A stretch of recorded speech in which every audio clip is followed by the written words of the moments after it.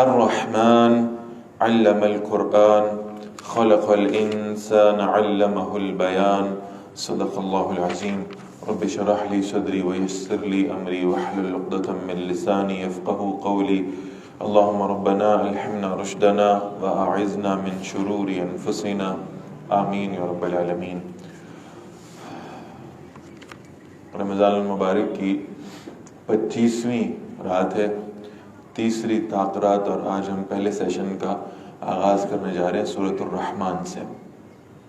رسول اللہ صلی اللہ علیہ وسلم فرماتے ہیں لکل شیء عروس، ہر شے کی ایک زینت ہوا کرتی ہے، وعروس القرآن الرحمن، اور قرآن مجید کی خوبصورتی اور قرآن کی زینت تو سورۃ الرحمن ہے۔ یہ سورہ یاسین، سورہ رحمان اور سورہ واقعہ، یہ تین وہ صورتیں ہیں کہ جن کی تلاوت شاید بر صغیر میں سب سے زیادہ سنی جاتی ہے، لیکن ان پر غور و فکر اور ان کی حکمتوں کا بیان اور اس میں تفسیر کے نکات وہ شاید سب سے کم ان پہ توجہ مبذول ہوتی ہے۔ بسم اللہ الرحمن الرحیم۔ پہلی 4 آیات ہیں سورۃ الرحمن کی، اور اپنی اپنی صنف میں سب سے بہترین شے کا تذکرہ ہے۔ فرمایا الرحمن، اللہ کی 99 صفات ہیں جو ہمارے علم میں قرآن و حدیث میں سے، اور بہرحال جتنی بھی اللہ کی صفات ہیں ان میں سے جو سب سے خوبصورت صفت ہے، جو خود اللہ تبارک و تعالیٰ کو سب سے زیادہ پسند ہے، اس صفت کا تذکرہ کیا، الرحمن، اللہ جو سب سے زیادہ اور بے حد رحم فرمانے والا ہے۔ پھر فرمایا علم القرآن، اسی نے قرآن سکھایا۔ پہلی آیت میں اللہ کی صفات میں سے سب سے خوبصورت صفت، پھر دوسری آیت میں دنیا میں پائے جانے والے تمام علوم میں سے سب سے بہترین علم کا ذکر ہے، علم القرآن۔ باقی علوم بھی اپنی جگہ بہت اہم ہیں، سائنس پڑھنا بھی بڑا ضروری ہے، جو سوشل سائنسز ہیں وہ بھی اپنی جگہ بہت امپورٹنٹ ہیں، لیکن جو سب سے اہم ہے وہ علم قرآن ہے۔ پھر فرمایا خلق الانسان، اللہ نے انسان کو پیدا فرمایا، اللہ کی مخلوقات میں سب سے بہترین مخلوق انسان، علمہ البیان، اور اس انسان کو اللہ نے جو جو کچھ صفتیں عطا فرمائی ہیں، جو جو کچھ سکھایا ہے، اس میں سب سے بہترین صفت یہ ہے کہ یہ بیان کر سکتا ہے۔ یہ کلام کی بات نہیں ہو رہی، یہ بیان کی بات ہو رہی ہے۔ کلام تو جانور بھی کر لیتے ہیں، یہ بیان ہے، اپنی دل کی صفات کو، اپنے دل کی کیفیات کو، اپنی فیلنگز کو، اپنے سینٹیمنٹس کو سامنے رکھ دینا، اسے پیش کر دینا، یہ تاثیر اللہ نے انسان کو عطا فرمائی ہے۔ آپ دیکھیں 4 آیات میں اپنی اپنی جنس میں سب سے بہترین شے کا بیان ہے۔ اللہ کی صفات میں سب سے بہترین صفت الرحمن، اور پھر علوم میں دنیا میں سب سے بہترین علم، علم قرآن، پھر اللہ کی مخلوقات میں سب سے بہترین مخلوق انسان، اور پھر اس انسان کی صفات میں سب سے بہترین صفت بیان۔ اب ذرا ان کو آپس میں جوڑ کے پڑھنے کی کوشش کریں۔ الرحمن علم القرآن، اللہ کی سب سے بڑی رحمت اس کائنات میں اس شخص پر ہے جسے اللہ قرآن کا علم عطا فرما دے۔ رحمتیں تو بہت زیادہ ہیں، نعمتیں تو بہت زیادہ ہیں، انگنت ہیں، شمار نہیں کی جا سکتی، لیکن سب سے بڑی رحمت رب کائنات کی اس شخص پر ہے جسے اللہ قرآن کا علم عطا کر دے۔ خلق الانسان علمہ البیان۔ اچھا، عام طور پہ اگر آپ ان آیات کی ترتیب دیکھیں تو علم القرآن پہلے آیا ہے، خلق الانسان بعد میں آیا، حالانکہ تخلیقی انسانی پہلے ہے، اور جب انسان کی تخلیق ہوئی تو اس کے بعد اسے قرآن کا علم عطا کیا گیا ہے، لیکن یہاں ترتیب مختلف ہے۔ یہاں پہلے آیا علم القرآن، ہم نے قرآن سکھایا اسے، خلق الانسان، اور پھر انسان کی تخلیق ہوئی۔ گویا کہ انسان صحیح طور پر انسان بنتا ہی تب ہے جب وہ قرآن کی روشنی میں اپنے آپ کو ڈالتا ہے، وہ انسانیت کی تعریف پر پورا اترتا ہی تب ہے جب وہ قرآن مجید کا مطلوب انسان بن جاتا ہے۔ علم قرآن کے سوا کسی شخص کا صحیح انسان بننا، اچھا انسان بننا یہ ممکن ہی نہیں ہے۔ اور وہ انسان جو بہرحال قرآن کی روشنی میں اپنے آپ کو واقعتاً انسان بنا لے، اس کے لیے اب اگلا کرنے کا کام یہ ہے علمہ البیان. اللہ ہی نے پھر انسان کو سکھایا کہ وہ جس قرآن کے ذریعے سے اس کی زندگی تبدیل ہوئی ہے اسے آگے پہنچانے والا بن جائے، اسے بیان کرنے والا بن جائے، اس کا پیغام دوسروں تک پہنچائے. اسی لیے اللہ کے رسول نے فرمایا صلی اللہ علیہ وسلم خیرکم من تعلم القرآن وعلمہ، تم میں سب سے بہترین لوگ وہ ہیں جو قرآن سیکھتے ہیں، سکھاتے ہیں، پڑھتے ہیں، پڑھاتے ہیں، سمجھتے ہیں، سمجھاتے ہیں، جنہیں اللہ نے اس کام کا شوق عطا فرما دیا ہے، اس کا ذوق عطا فرما دیا ہے قرآن پڑھنے پڑھانے کا. سب سے بہترین لوگ اللہ کی نگاہ میں وہ ہیں. پھر اللہ کے نبی فرماتے ہیں صلی اللہ علیہ وسلم ایک مجلس لگتی ہے، اللہ تعالیٰ عرش سے اس مجلس کو دیکھتے ہیں اور پھر اس مجلس کی طرف اشارہ کر کے اللہ اپنے فرشتوں سے پوچھتے ہیں یہ لوگ کیوں بیٹھے ہیں؟ اللہ کرے ہماری مجلس بھی ان مجالس میں سے ایک ہو. اللہ تعالیٰ ان فرشتوں سے پوچھتے ہیں یہ کیوں بیٹھے ہیں؟ کیا ان کی کوئی رشتہ داریاں ہیں؟ کیا یہ کوئی تجارت کی بات کر رہے ہیں؟ کیا یہ کوئی مالی لین دین رکھتے ہیں ایک دوسرے سے؟ یہ کیوں اکٹھے بیٹھے ہیں؟ فرشتے عرض کرتے ہیں اللہ یہ اس لیے اکٹھے بیٹھے ہیں کہ یہ آپ کا قرآن پڑھ سکیں، قرآن سمجھ سکیں، اس لیے اکٹھے ہو کر بیٹھے ہیں. تو اللہ تعالیٰ ان فرشتوں کو گواہ بناتے ہیں اور پھر انہیں کہتے ہیں گواہ ہو جاؤ میرے ان بندوں پر جو میرے قرآن کے لیے اکٹھے ہوئے ہیں، میری محبت ان پہ واجب ہو گئی، میری رحمت ان پہ لازم ہو گئی. اور پھر ان فرشتوں کی ڈیوٹی لگا دی جاتی ہے.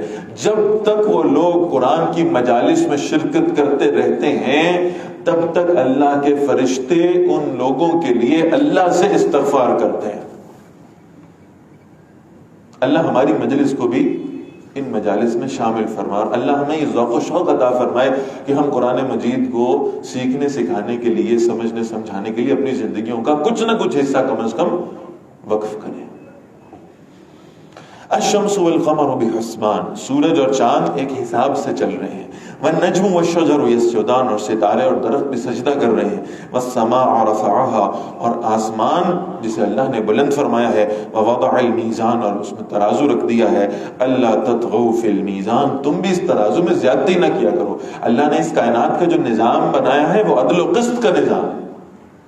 کسی کی مجال نہیں ہے کہ اللہ کے دیے ہوئے منشور سے ہٹ سکے.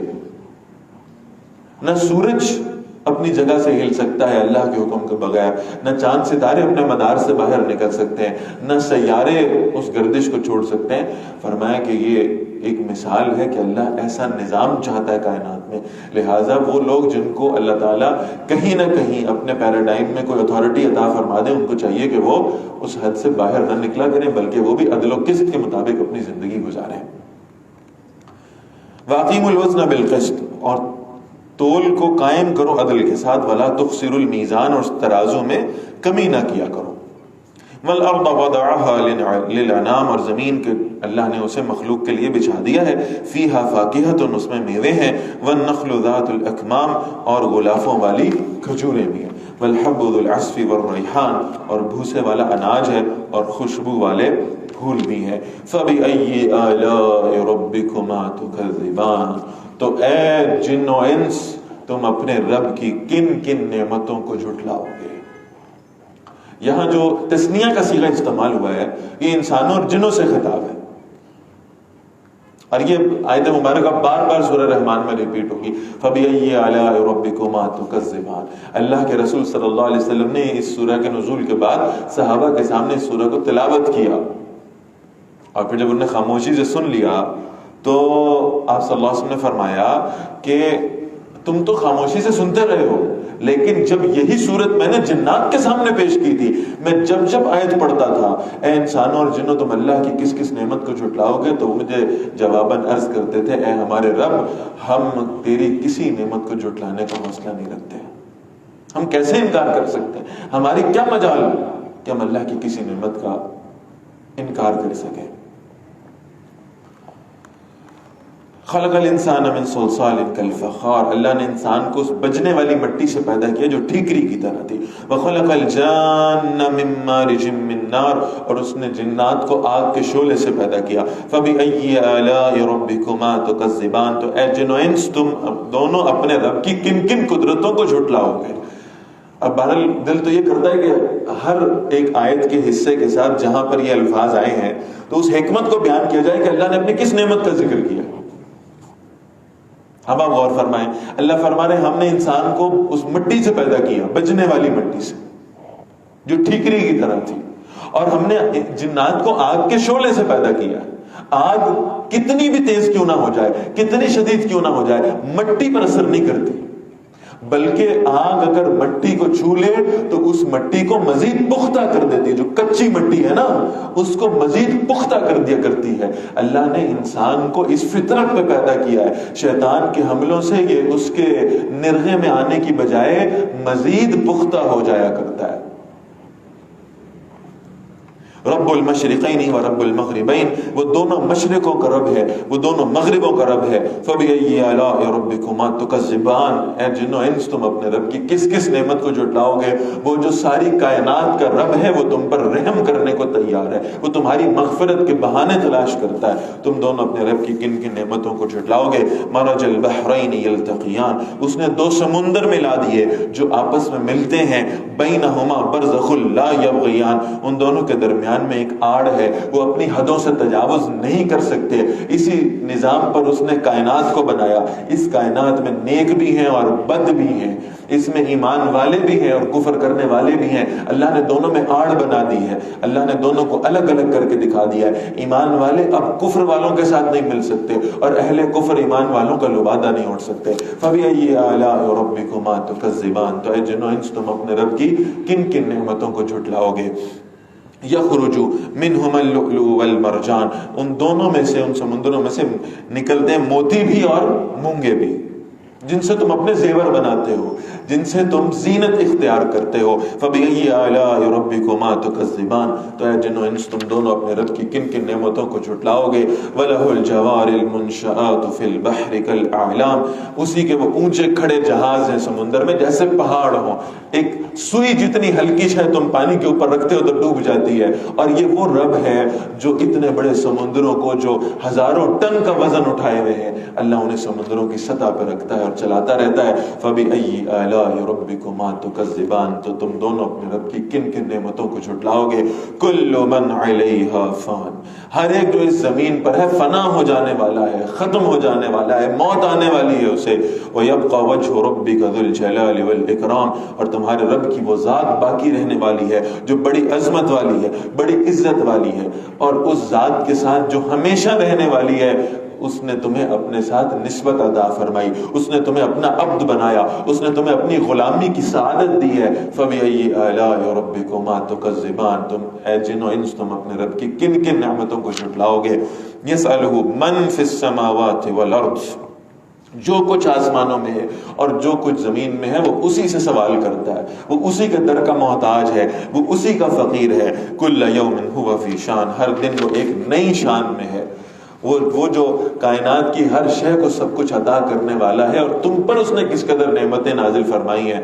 فبأي آلاء ربكما تكذبان, تو اے جن و انس تم اپنے رب کی کس کس نعمت کو جھٹلاؤ گے. ساری نعمتیں اس کی عطا کرتا ہے. سنفرغ لکم ایھا الثقلان, اے دو بڑے بھاری گروہوں, اے انسانوں اور جنوں کی جماعتوں, ہم تمہاری طرف جلد متوجہ ہونے والے ہیں. فبأي آلاء ربكما تكذبان, تو تم دونوں اپنے رب کی کن کن نعمتوں کو جھٹلاؤ گے. یا معشر الجن والانس, یہ کائنات میں یعنی وہ اللہ کی وہ واحد آیت ہے جس میں ایک دفعہ سب کو اوپن کر دیا گیا, جاؤ گناہ کرنا چاہتے ہو, ان کی کشش تمہارے اندر موجود ہے, دل کرتا ہے گناہ کرنے کا, جاؤ ایک صورت میں تمہیں گناہ کرنے کی اجازت ہے. یا معشر الجن والانس, اے انسان اور جنوں کے گروہ, ان استطعتم ان تنفذوا من اقطار السماوات والارض, اگر تم اس کی استطاعت رکھتے ہو کہ تم آسمانوں اور زمین کے کناروں سے باہر نکل جاؤ, جہاں اللہ کی بادشاہی نہ ہو, جہاں اللہ تمہیں دیکھ نہ سکتا ہو. تمہیں اس زمین پر کوئی ایسی جگہ ملتی ہے, کوئی ایسا غار مل جائے, کوئی زمین کی کوئی تہ ایسی میسر آ جائے جس میں تم سمجھو کہ اللہ نہیں دیکھ رہا تمہیں, تو جاؤ وہاں جا کے گناہ کر لو. اگر تمہیں لگتا ہے کہ تم کسی اسپیس شپ میں بیٹھ کر خلا میں چلے جاؤ گے اور اللہ کی نظریں وہاں تمہارا احاطہ نہیں کر رہی ہوں گی, تو جاؤ وہاں جا کے گناہ کر لو. اگر تمہیں لگتا ہے کہ نیپچون یا پلوٹو کے اوپر جو ہے نا وہ اللہ کی بادشاہت نہیں ہے، اللہ کی بادشاہت صرف زمین تک ہے، تو جاؤ وہاں جا کے گناہ کر لو. اور اگر تمہیں لگتا ہے کہ اچھا صرف یہ یونیورس، یہ سولر سسٹم یہ اللہ کا ہے اور تمہیں کوئی اور کائنات ملتی ہے اس کے سوا، تو جاؤ وہاں چلے جاؤ جہاں اللہ تمہیں نہ دیکھتا ہو. فنفذو، نکل جاؤ یہاں سے، اللہ کی بادشاہت سے باہر چلے جاؤ، اللہ کی نظروں سے اوجھل ہو جاؤ اگر ہو سکتے ہو. انسان ہمیشہ گناہ چھپ کے کرتا ہے، دنیا والوں کی حیا ہے اسے. کوئی نوجوان سگریٹ پینے لگتا ہے تو کسی کونے میں چلا جاتا ہے جہاں اسے کوئی نہ دیکھ رہا ہو. کوئی چوری کرنا چاہتا ہے تو کوئی ایسی جگہ تلاش کرتا ہے جہاں سی سی ٹی وی کیمراز اس کو نہ دیکھ رہے ہوں، جہاں کوئی سیکیورٹی گارڈ موجود نہ ہو، جہاں کسی شخص کی نظر اس پہ نہ پڑ رہی ہو. انسانوں کی حیا کرتے ہو، اللہ کی حیا کیوں نہیں کرتے؟ کیمروں کی حیا کرتے ہو، اللہ کی حیا کیوں نہیں کرتے؟ چوکیداروں کی حیا کرتے ہو، رب کی حیا کیوں نہیں کرتے؟ جیسے تم لوگوں سے حیا کرتے ہو، کوئی ایسا کونا ڈھونڈتے ہو جہاں لوگوں کی نظریں تمہارا احاطہ نہ کر سکیں اور پھر اس کونے میں چھپ کر گناہ کرتے ہو، تو جاؤ کوئی ایسا کونا بھی ڈھونڈ لو جہاں اللہ کی نظریں تمہارا احاطہ نہ کرتی ہوں، وہاں جا کے گناہ کر لو. فنفذو. اور ساتھ ہی پھر چیلنج کیا اللہ نے، لا تنفذون الا بسلطان، تم پوری قوت لگا لو، تم پوری طاقت لگا لو، اس کے باوجود بھی اللہ کی بادشاہت سے باہر نہیں نکل سکتے. ہر جگہ اللہ نے تمہارا احاطہ کر رکھا ہے، ہر جگہ تم اللہ کی نظروں کے سامنے ہو، پھر اللہ کی حیا کیوں نہیں کرتے؟ فَبِأَيِّ آلَاءِ رَبِّكُمَا تُكَذِّبَانِ، تو ہے جنو انس تم اپنے رب کی کن کن نعمتوں کو جھٹلاؤ گے. يُرْسَلُ عَلَيْكُمَا شُوَاظٌ مِّن نَّارٍ، تم پر شعلہ چھوڑا جائے گا آگ کا، دھوئیں کا. وَنُحَاسٌ فَلَا تَنتَصِرَانِ، اور پھر تم اس کا مقابلہ نہ کر پاؤ گے. فَبِأَيِّ آلَاءِ رَبِّكُمَا تُكَذِّبَانِ، تو اے جنو انس تم اپنے رب کی کن کن نعمتوں کو جھٹلاؤ گے. فَإِذَا انشَقَّتِ السَّمَاءُ، پھر جب آسمان پھٹ جائے گا. فَكَانَتْ وَرْضَةً كَالدِّهَانِ، اور وہ گلابی ہو جائے گا جیسے تیل کی تلچھٹ ہوا کرتی ہے. جب یہ قیامت کا ہولناک منظر ہوگا جس کے بارے میں اللہ کے رسول فرماتے ہیں صلی اللہ علیہ وسلم کہ وہ وقت آئے گا کہ اگر انسان زندہ ہوتے تو ان کے کلیجے پھٹ جاتے، اللہ اس سے پہلے تمہیں موت دے دے گا. اور خاص طور پہ وہ نیک انسان اس قیامت کے زلزلے کو دیکھنے سے پہلے موت سے دوچار ہوں گے. یہ بھی اللہ کی نعمتوں میں سے ایک نعمت ہے، لا علمی. اور انسان جب اس منظر کو اپنے آنکھوں سے نہ دیکھے تو یہ بھی اللہ کی نعمت ہے. فَبِأَيِّ آلَاءِ رَبِّكُمَا تُكَذِّبَانِ، تو اے جنو انس تم دونوں اپنے رب کی کن کن نعمتوں کو جھٹلاؤ گے. فَيَوْمَئِذٍ لَا يُسْأَلُ عَنْ ذَنبِهِ إِنسٌ وَلَا جَانٌ، اس دن کسی انسان سے اور کسی جن سے اس کے گناہوں کے بارے میں کوئی سوال نہیں ہوگا، پوچھا ہی نہیں جائے گا. اور یہ ادھوری بات معلوم ہوتی اگلی آیت کے ساتھ پوری ہوگی. فَبِأَيِّ آلَاءِ رَبِّكُمَا تُكَذِّبَانِ، تو اے جنو انس تم دونوں اپنے رب کی کن کن نعمتوں کو جھٹلاؤ گے. کیوں نہیں پوچھا جائے گا؟ کیوں گناہ گاروں سے ان کے گناہوں کا سوال نہیں ہوگا؟ فرمایا يُعْرَفُ الْمُجْرِمُونَ بِسِيمَاهُمْ، مجرم تو اپنے چہروں سے پہچان لیے جائیں گے. وہ گناہوں کی سیاہی ان کے چہروں پر آویزاں ہوں گی، نظر آ رہی ہوگی. وہ جس کا اعمال نامہ اس کی پشت کی طرف سے جا کر اس کے بائیں ہاتھ میں پکڑا دیا جائے گا، یہ اس کے مجرم ہونے کو ثابت کرنے کے لیے کافی ہے. وہ جو اصحاب الشمال میں شامل ہوں گے، بائیں ہاتھ والے گروہ میں شامل ہوں گے، یہ واضح ہو جائے گا کہ یہ مجرم ہے. ان کے چہروں پر سیاہیاں ہوں گی. وجوہ یومئذ باسرہ، اس دن کچھ چہرے ہوں گے جو بالکل اپنے گناہوں کی وجہ سے سیاہ ہو چکے ہوں گے. واضح ہو جائے گا، سوال کرنے کی ضرورت نہیں رہے گی. فَيُؤْخَذُ بِالنَّوَاصِي وَالْأَقْدَامِ، وہ اپنے پیشانی کے بالوں سے اور قدموں سے پکڑ لیے جائیں گے تاکہ اوندھے منہ انہیں اس جہنم میں پھینک دیا جائے. فَبِأَيِّ آلَاءِ رَبِّكُمَا تُكَذِّبَانِ، اے جنو انس تم اپنے رب کی کن کن نعمتوں کو جھٹلاؤ گے. تمہیں بار بار اللہ اس جہنم کا ڈراوا دیتا ہے، تمہیں اللہ بار بار اس آخرت کو یاد کراتا ہے تاکہ تم سدھر جاؤ، تاکہ تم اپنے اعمال کی اصلاح کر کے اس جہنم کے عذاب سے بچ جاؤ. یہ بھی اللہ کی نعمت ہے. کن کن نعمتوں کو جھٹلاؤ گے؟ ہاذہ جہنم التی یکذب بها المجرمون، یہ وہی جہنم ہے جسے مجرم لوگ جھٹلایا کرتے تھے۔ یطوفون بینہا وبین حمیم آن، وہ اس کے درمیان اور کھولتے ہوئے پانی کے درمیان میں چکر لگاتے ہوں گے۔ ایک طرف جائیں گے تو اس جہنم کی آگ کا سامنا کرنا پڑے گا، وہاں سے گھبرا کے بھاگیں گے تو اس گرم کھولتے ہوئے پانی کو پینا پڑے گا، پھر وہاں سے واپس بھاگیں گے اس جہنم کے عذاب کی طرف، اس آگ سے دوچار ہونا پڑے گا۔ بس یہی ان کی زندگی ہوگی اب ہمیشہ کی۔ طواف کرتے پھریں گے، گھومتے پھریں گے اس آگ اور گرم کھولتے ہوئے پانی کے مابین۔ فَبِأَيِّ آلَاءِ رَبِّكُمَا تُكَذِّبَانِ، اے جنو انس تم دونوں اپنے رب کی کن کن نعمتوں کو جھٹلاؤ گے جو تمہیں اس جہنم کا بار بار ڈراوا دیتا ہے تاکہ تم بچ جاؤ۔ وَلِمَنْ خَافَ مَقَامَ رَبِّهِ جَنَّتَانِ، وہ جو ڈرتا رہا، وہ جو خوف میں مبتلا رہا، وہ جو لرزاں و ترساں رہا، جو سوچتا رہا کس منہ سے اپنے رب کے سامنے حاضر ہوں گا، کیا نامہ اعمال لے کر پیش ہوں گا، کیا عبادتیں میرے پاس جو میں اللہ کو دکھاؤں گا۔ جو کچھ عبادتیں کی بھی ہیں وہ ایسی ہیں کہ اللہ کے شایان شان ہی نہیں ہے کہ پیش کی جا سکے۔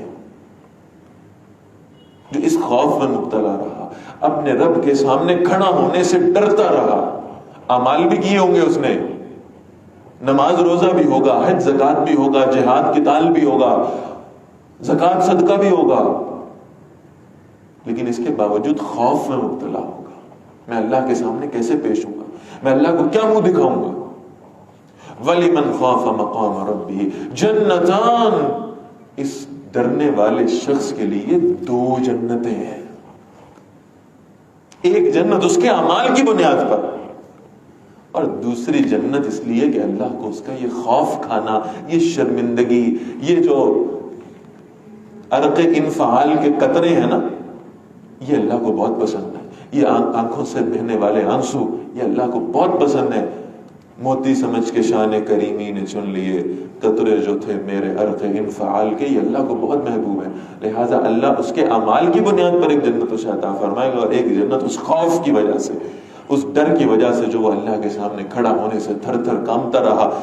فَبِأَيِّ آلَاءِ رَبِّكُمَا تُكَذِّبَانِ، اے جنو انس، وہ رب جو تمہارے دل کی کیفیات پر بھی تمہیں نوازنے کو تیار ہے، تم اس کی کن کن نعمتوں کو جھٹلاؤ گے۔ ذواتا افنان، وہ دونوں باغ، وہ دونوں جنتیں بہت شاخوں والی ہیں۔ فَبِأَيِّ آلَاءِ رَبِّكُمَا تُكَذِّبَانِ، تو اے جنو انس تم دونوں اپنے رب کی کن کن نعمتوں کو جھٹلاؤ گے۔ فِيهِمَا عَيْنَانِ تَجْرِيَانِ، ان دونوں میں دو چشمے بہ رہے ہیں۔ فَبِأَيِّ آلَاءِ رَبِّكُمَا تُكَذِّبَانِ، تو اے جنو انس تم دونوں اپنے رب کی کن کن نعمتوں کو جھٹلاؤ گے۔ فِيهِمَا مِن كُلِّ فَاكِهَةٍ زَوْجَانِ، ان دونوں میں ہر میوے کی دو دو قسمیں ہیں۔ فَبِأَيِّ آلَاءِ رَبِّكُمَا تُكَذِّبَانِ، تو اے جنو انس تم دونوں اپنے رب کی کن کن نعمتوں کو جھٹلاؤ گے۔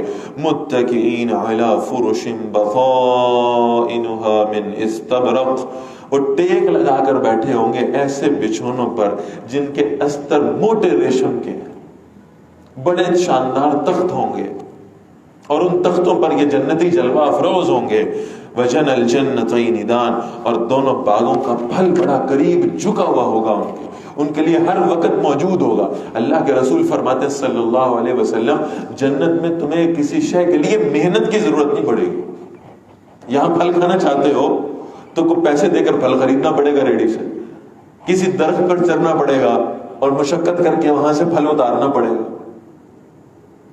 فرمایا جنت میں مشقت نہیں ہے، جنت میں انسان کے دل میں جس شے کی طلب پیدا ہوگی مانگنا بھی نہیں پڑے گا، وہ شے اس کے سامنے آ جائے گی فوراً۔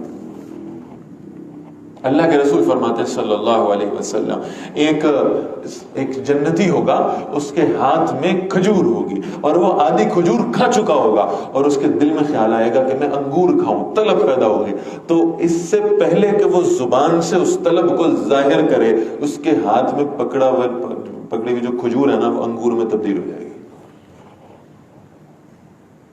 پھر آپ صلی اللہ علیہ وسلم نے فرمائی، دیکھیں اس منظر کو اپنے تخیل میں ہلکا سے لے گئے ہیں نا تو جنت کی طلب پیدا ہوتی ہے۔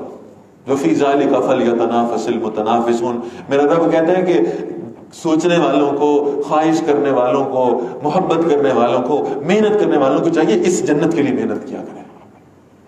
آپ صلی اللہ علیہ وسلم فرماتے ہیں وہ جنتی جب کسی پانی کی نہر کے قریب سے گزر رہا ہوگا تو وہ پانی بڑا صاف شفاف ہوگا، اس کے اندر سے مچھلیاں نظر آتی ہوں گی۔ اب آپ ذرا دیکھیں، وہ بیٹھتے ہیں جال لگا کے اور پتہ نہیں کیا وہ کانٹے لگاتے ہیں اور وہ اس سے مچھلی پکڑنے کی کوشش کرتے ہیں، گھنٹوں گھنٹوں بیٹھ کے مچھلی نہیں ملتی۔ آپ صلی اللہ علیہ وسلم فرماتے ہیں کہ جنتی جب نہر کے قریب سے گزرتا ہوگا اس صاف شفاف پانی کے اندر سے وہ مچھلیاں اپنا چہرہ باہر نکالیں گی اور وہ اس جنتی کو پکارے گی، اللہ کے بندے اگر آپ مجھے کھا لیجئے نا تو یہ میری بڑی سعادت ہوگی کہ میں کسی جنتی کے کام آ گئی۔ خود دعوت دے رہی، اور جیسے ہی کسی ایک مچھلی کی طرف اس کی نظر جائے گی اور اس کے دل میں خیال ہے گا یہ والی، تو وہ فوراً ایک لمحے سے پہلے تیار بھنی ہوئی اس کے سامنے کھانے کے لیے پیش کر دی جائے گی۔ محنت و مشقت تو ہے ہی نہیں، محنتیں تو وہ ہیں جو اس جنت میں اس دنیا میں کرنی ہے، مشقتیں تو وہ ہیں جو یہاں کی ہیں، یہاں کی راتوں کو اٹھنا ہے، یہاں کی تہجدیں ہیں، یہاں کے نوافل ہیں، یہاں کی تلاوت ہے۔ یہ محنتیں یہاں کر جائیں گے، وہ تو پھل کھانے کا وقت ہے۔ اللہ ہم سب کو عطا فرما دے۔ فَبِأَيِّ آلَاءِ رَبِّكُمَا تُكَذِّبَانِ، اے جن و انس تم دونوں اپنے رب کی کن کن نعمتوں کو جھٹلاؤ گے۔ فِيهِنَّ قَاصِرَاتُ الطَّرْفِ، ان میں نیچی نگاہوں والی عورتیں ہیں۔ لَمْ يَطْمِثْهُنَّ إِنسٌ قَبْلَهُمْ، پہلے نہ کسی انسان نے ہاتھ لگایا اور نہ کسی جن نے۔ اچھا، یہ جو جنت کی عورت کا ذکر ہے نا، یہ یہاں بھی آ رہا ہے تھوڑا سا، اور پھر مزید آئے گا سورۃ الواقعہ میں، اور پھر اس منزل کے آخر تک بار بار اس کا تذکرہ آتا جائے گا کہ اللہ نے وہاں جنت میں تمہارے لیے انعام کے طور پر وہ عورتیں رکھی ہیں جن کو حوریں کہا جاتا ہے۔ ایک بات میں پہلے عرض کر دوں، جب بھی دورہ ترجمہ قرآن میں سورہ رحمان اور سورہ واقعہ آتی ہے نا تو لوگوں کے دل نے چھپا کے رکھنے کا حکم دیا تھا۔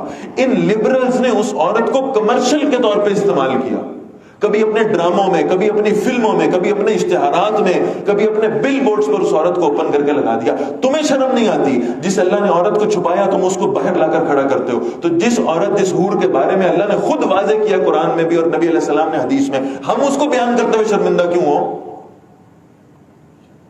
دنیا کی عورت کو چھپانے کا حکم تھا، جنت کی حور کو بیان کرنے کا حکم تھا۔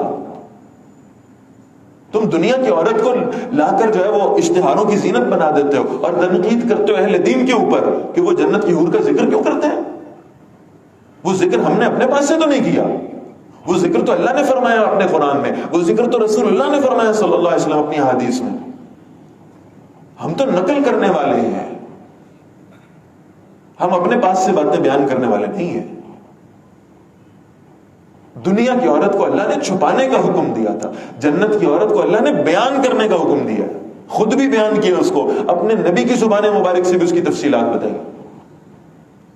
تاکہ ترغیب پیدا ہو۔ لہذا فرمایا فیہن قاصرات الطرف، نیچی نگاہوں والی عورتیں ہیں۔ لم یطمثہن انس قبلہم ولا جان، ان سے پہلے نہ کسی انسان نے ان کو ہاتھ لگایا نہ کسی جن نے، اللہ نے انہیں سنبھال کے رکھا ہے، چھپا کے رکھا ہے۔ اللہ کے رسول صلی اللہ علیہ وسلم نے وہ پورا پروسیس بتایا، فرمایا جنت میں اللہ نے ایک نہر بنا رکھی ہے، یہ جنت کی جو حور ہے اس کے پیدا ہونے کا وہ پروسیس نہیں ہے جو انسانوں کے پیدا ہونے کا پروسیس دنیا میں ہوا کرتا ہے۔ فرمایا وہ جھیل ایسی ہے، وہ نہر ایسی ہے جس میں موتی تیر رہے ہیں۔ جب اللہ اپنے بندوں سے خوش ہوتا ہے تو اللہ تعالیٰ بس ایک آواز لگاتے ہیں اور ان موتیوں کے اندر سے بنی بنائی تیار حوریں وہ باہر آ جاتی ہیں، پھر انہیں خیموں میں رکھا جاتا ہے۔ ابھی آگے اس کا ذکر آئے گا، خیموں میں رکھا جاتا ہے۔ اللہ کے رسول فرماتے ہیں صلی اللہ علیہ وسلم جنت کا سب سے چھوٹا خیمہ 60 میل چوڑا ہے، ان خیموں میں انہیں رکھا جاتا ہے اور انہیں کہا جاتا ہے انتظار کرو میرے ان بندوں کا جن سے میں اتنا خوش ہوں کہ ان کی خاطر میں نے تمہیں پیدا کیا ہے، انتظار کرو، وہ تمہارے پاس آتے ہی ہوں گے۔ فرمایا نہ کسی انسان نے کبھی انہیں چھوا، نہ کبھی کسی جن نے، انتہائی پاکیزہ، انتہائی صاف شفاف۔ فَبِأَيِّ آلَاءِ رَبِّكُمَا تُكَذِّبَانِ، جن و انس تم اپنے رب کی کن کن نعمتوں کو جھٹلاؤ گے؟ یہ اس کی نعمت ہے۔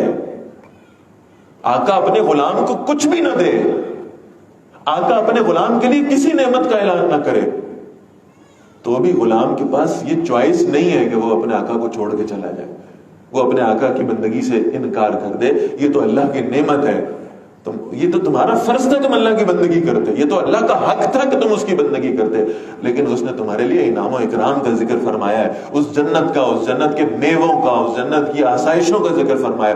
تم دونوں اپنے رب کی کن کن نعمتوں کو جھٹلاؤ گے. کأنہن الیاقوت والمرجان، وہ ایسی ہیں حوریں جیسے یاقوت ہیں اور مونگے ہیں، خوبصورت پتھر تراشے ہوئے ان کی طرح ہے. فَبِأَيِّ آلَاءِ رَبِّكُمَا تُكَذِّبَانِ، تو اے جن و انس تم اپنے رب کی کون کون سی نعمتیں جھٹلاؤ گے. هَلْ جَزَاءُ الْإِحْسَانِ إِلَّا الْإِحْسَانِ، نیکی کا بدلہ نیکی کے سوا اور کیا ہو سکتا ہے. جس اللہ نے تمہارے اوپر احسان فرمایا ہے، جس نے تمہارے لیے دنیا کی نعمتیں بھی مسخر کر دی، جس نے جنت کی نعمتیں بھی تمہارے لیے تیار کر رکھی ہیں، اس اللہ کا تم پر اتنا حق تو بنتا ہے کہ تم اس کی فرما برداری کرو، تم اس کی اطاعت کرو، تم اس کی بات مانو. فَبِأَيِّ آلَاءِ رَبِّكُمَا تُكَذِّبَانِ، تو اے جن و انس تم دونوں اپنے رب کی کن کن نعمتوں کو جھٹلاؤ گے. وَمِن دُونِهِمَا جَنَّتَانِ، ان دو کے علاوہ اور بھی دو باغ ہیں. کن کے لیے؟ مقربین کے لیے. فَبِأَيِّ آلَاءِ رَبِّكُمَا تُكَذِّبَانِ، تو اے جن و انس تم دونوں اپنے رب کی کن کن نعمتوں کو جھٹلاؤ گے. مُدْهَامَّتَانِ، وہ دونوں ڈارک گرین کلر کے ہیں. ان کی جو یعنی ان کا جو سبزہ ہے نا وہ اتنا خوبصورت ہے، اتنا شاندار ہے کہ گویا وہ گہرے سبز رنگ کا ہو. فَبِأَيِّ آلَاءِ رَبِّكُمَا تُكَذِّبَانِ، اے جن و انس تم دونوں اپنے رب کی کن کن نعمتوں کو جھٹلاؤ گے. فِيهِمَا عَيْنَانِ نَضَّاخَتَانِ، ان دونوں میں دو ابلتے ہوئے چشمے ہیں. فَبِأَيِّ آلَاءِ رَبِّكُمَا تُكَذِّبَانِ، اے جن و انس تم دونوں اپنے رب کی کن کن نعمتوں کو جھٹلاؤ گے. فِيهِمَا فَاكِهَةٌ وَنَخْلٌ ورمان، ان دونوں میں میوے ہیں اور کھجوریں ہیں اور انار بھی ہیں. فَبِأَيِّ آلَاءِ رَبِّكُمَا تُكَذِّبَانِ، اے جن و انس تم دونوں اپنے رب کی کن کن نعمتوں کو جھٹلاؤ گے. یہ فرمایا گیا یہ جب جنت کے ان پھلوں کو دیکھیں گے نا تو یہ گمان کریں گے یہ تو انار ہیں اور یہ تو کھجوریں ہیں اور یہ تو انگور ہیں، یہ تم دنیا میں کھائیں. گمان ہوگا کہ وہی چیزیں دوبارہ مل گئی ہیں. اللہ کے رسول صلی اللہ علیہ وسلم فرماتے ہیں لیکن جب یہ انہیں چکھیں گے نا تو ان کا لطف ایسا نہیں ہوگا جیسا دنیا کا ذائقہ ہوا کرتا تھا. ان کا ذائقہ دنیا سے کروڑوں گنا بہتر ہوگا. اللہ تعالیٰ انہیں ایسے پھل جنت میں عطا فرمائیں گے. فیہن خیرات حسان، ان باغات میں کئی خوبصورت عورتیں بھی موجود ہیں. فَبِأَيِّ آلَاءِ رَبِّكُمَا تُكَذِّبَانِ، تم دونوں اپنے رب کی کن کن نعمتوں کو جھٹلاؤ گے. حُورٌ مَقْصُورَاتٌ فِي الْخِيَامِ، وہ حوریں ہیں جو اپنے خیموں میں روک دی گئی ہیں. انہیں اللہ نے چھپا کر رکھا ہے، انہیں اللہ تعالیٰ نے محفوظ کیا ہے اپنے ان بندوں کے لیے جو اللہ کو سجدے کرتے ہیں، جو اللہ کے سامنے جھکتے ہیں، جو رکوع سجود اور قیام میں اپنا وقت گزارتے ہیں، جن کی زندگی اللہ کی بندگی پر مشتمل ہے. اللہ نے یہ حوریں ان کے لیے تیار کر کے رکھی ہیں. اب آپ ذرا نوٹ فرمائیے گا، اللہ کے رسول فرماتے ہیں صلی اللہ علیہ وسلم جس مرد کو اللہ جنت میں یہ حوریں عطا فرمائے گا، اور یہ حوروں کا ذکر جو حدیث میں آتا ہے اس کو بھی ذرا سمجھ لیں کہ آپ صلی اللہ علیہ وسلم فرماتے ہیں یہ ایک شخص کو جو اللہ کا پسندیدہ بندہ ہے اسے 70 حوریں اللہ عطا فرمائیں. یہ 70 کا جو ڈیجٹ ہے یہ اصل میں عرب اس کو کہتے تھے کثرت سے کنایا کرنا. کثرت سے کنایہ سے مراد یہ ہے کہ کوئی ایک ایسا ڈیجٹ استعمال کرنا جو اصل میں لا تعداد اور بے شمار کی طرف اشارہ کرتا ہو. جیسے باپ اپنے بیٹے کو کہتا ہے کہ میں نے تمہیں 70 مرتبہ ایک کام کہا تم نے میری بات نہیں مانی، تو اس کا یہ مطلب نہیں ہے کہ گن کے 70 مرتبہ یہ ہے. اور جیسے اللہ نے قرآن میں اس کی مثال بھی دی ہے، استغفر لہم او لا تستغفر لہم، اے نبی صلی اللہ علیہ وسلم آپ ان منافقوں کے لیے استغفار کیجئے یا نہ کیجئے برابر ہے. اگر آپ ان کے لیے استغفار کریں گے 70 مرتبہ بھی تب بھی اللہ ان کو معاف نہیں کرے گا. تو آپ صلی اللہ علیہ وسلم نے فرمایا اگر 70 سے مراد 70 ہی ہوتا تو میں 71 مرتبہ بھی ان کے لیے اللہ سے معافی مانگ لیتا.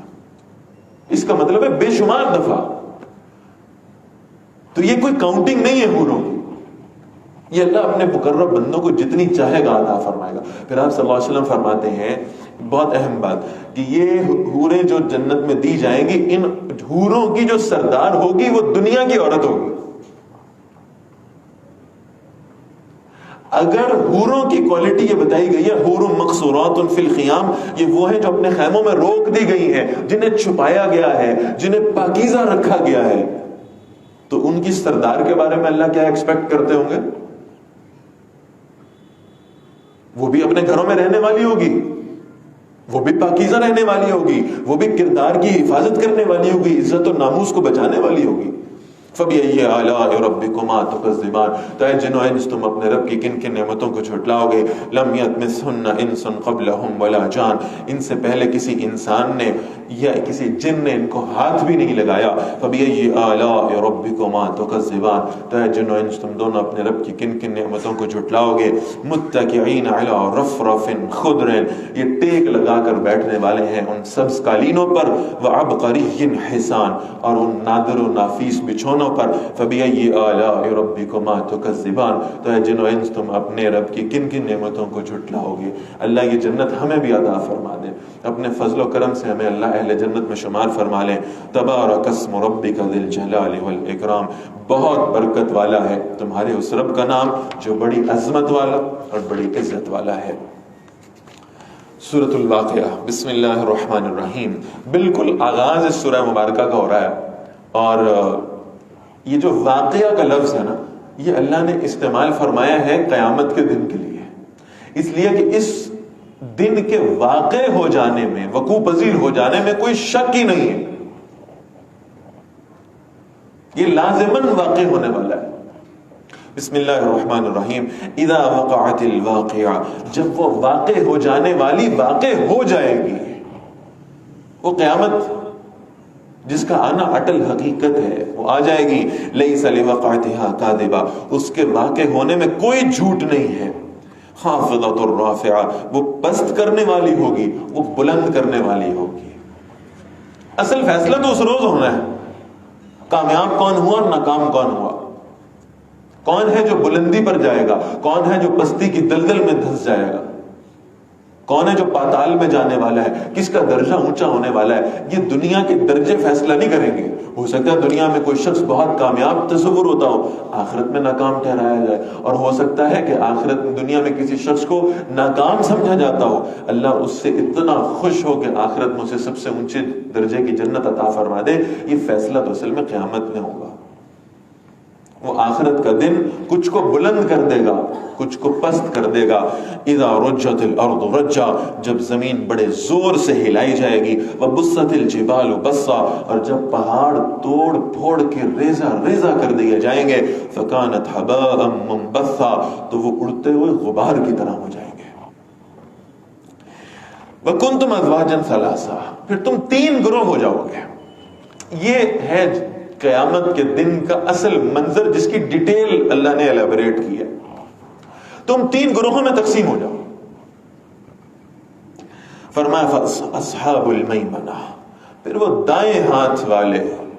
ما اصحاب المیمنہ، کیا خوب ہیں دائیں ہاتھ والے. انہیں اصحاب المیمنہ کیوں کہا گیا ہے؟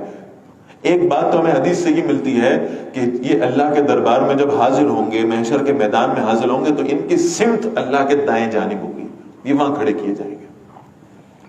اور ایک تعویل اس کی یہ بھی ہے کہ ان کے دائیں ہاتھوں میں ان کا نامہ اعمال پکڑایا جائے گا. یہ کامیاب ہو جانے والے لوگ ہیں، جنت کے حقدار ٹھہرائے جائیں گے. فرمایا فاصحاب المیمنہ، ما اصحاب المیمنہ، یہ دائیں ہاتھ والے کیا خوب ہیں دائیں ہاتھ والے. واصحاب المشأمہ، بائیں ہاتھ والے. ما اصحاب المشأمہ، کتنے برے ہیں بائیں ہاتھ والے. اس کی بھی وہی دونوں توجیہات ہے کہ یہ اللہ کے چہرے کے بائیں ہاتھ میں ہوں گے، بائیں طرف کھڑے ہوں گے، اور دوسری توجیہ یہ ہے کہ ان کو ان کے بائیں ہاتھ میں ان کی پشت کی طرف سے، یعنی پیچھے سے ان کا نامہ اعمال پکڑا دیا جائے گا. اور پھر ایک تیسرا گروہ ہے، ایک دائیں والے اور ایک بائیں والے. ایک تیسرا گروہ ہے، اللہ ہمیں اس میں شامل کر دے. والسابقون السابقون، سبقت لے جانے والے، پہل کرنے والے، نیکیوں میں ایک دوسرے سے ریس لگانے والے، ایک دوسرے سے آگے بڑھنے کی کوشش کرنے والے، جن کی زندگیاں دنیا کی کوشش میں نہیں تھی، جن کی زندگیاں اس لیے تھیں کہ وہ ایک دوسرے سے جنت میں اگلے درجے میں جا سکیں. السابقون السابقون، پہل کرنے والے ہیں، وہی آگے بڑھنے والے ہیں. اولئک المقربون، یہی وہ لوگ ہیں جو اللہ کے مقرب ہیں، جو اللہ کے قریبی شمار کیے گئے، جنہیں اللہ نے پسند فرما لیا ہے. فی جنات النعیم، یہ جو سابقون ہوں گے، یہ جو سبقت لے جانے والے ہوں گے، یہ جو جنت کے لیے دوڑ لگانے والے ہوں گے، یہ ان نعمتوں کے باغات میں ہوں گے. سلۃ من الاولین، لرزا دینے والے الفاظ ہیں، ترغیب والے الفاظ ہیں. اللہ ہمیں اس کا شوق عطا فرما دے. فرمائے کہ جو سابقون السابقون ہوں گے، یہ جو پہلے والے ہوں گے، یہ جو مقربین میں شمار ہوں گے اللہ کے، سلۃ من الاولین، ان میں سے زیادہ تر جو ہوں گے پہلے لوگوں میں سے، امت کا پہلا حصہ، رسول اللہ صلی اللہ علیہ وسلم کے اصحاب رضی اللہ عنہم اجمعین، وہ پہلے دور کے لوگ، صحابہ بھی اس میں شامل ہوں گے، تابعین، تبع تابعین، ائمہ مجتہدین، یہ سب جو پہلے دور کے لوگ تھے اس میں شامل ہوں گے. اس سابقون السابقون، یہ مقربین، ان کے قافلے کے اندر زیادہ تر تعداد ان کی ہوگی جو اس امت کے پہلے دور سے تعلق رکھتے تھے. لیکن وَقَلِيلٌ مِّنَ الْآخِرِينَ، اور ان میں سے تھوڑے سے ہوں گے جو آخری لوگوں میں سے ہوں گے. اس امت کا آخری حصہ جس میں ہم موجود ہیں، قلیل ہوں گے، جو سیٹیں تھوڑی رہ گئی ہیں مقربین میں شامل ہونے کی. اور یہ ذہن میں رکھیے گا، جب جاب ایڈورٹائزمنٹ آتی ہے نا اور سیٹیں کم ہوں تو اپلائی کرنے والا بے چین ہوتا ہے، اس کا بس نہیں چل رہا ہوتا. بھئی سیٹیں تھوڑی ہیں، کینڈیڈیٹ بہت زیادہ ہیں، لہٰذا میں فلاں کتاب بھی پڑھ لوں اور فلاں جگہ سے بھی تیاری کر لوں اور فلاں طریقہ بھی استعمال کر لوں اور فلاں کی سفارش بھی کروا لوں، اور بس کوئی رہ نہ جائے معاملہ کہ ان کم سیٹوں میں سے ایک سیٹ میرے لیے ہو جائے. جب معلوم ہو کہ مقربین میں شامل ہونے کے لیے جگہ بہت کم ہے، تو پھر ان سابقون السابقون کو چاہیے کہ وہ نیکی کا کوئی راستہ چھوڑے نہ جس کے ذریعے سے وہ مقربین میں شامل ہو سکے.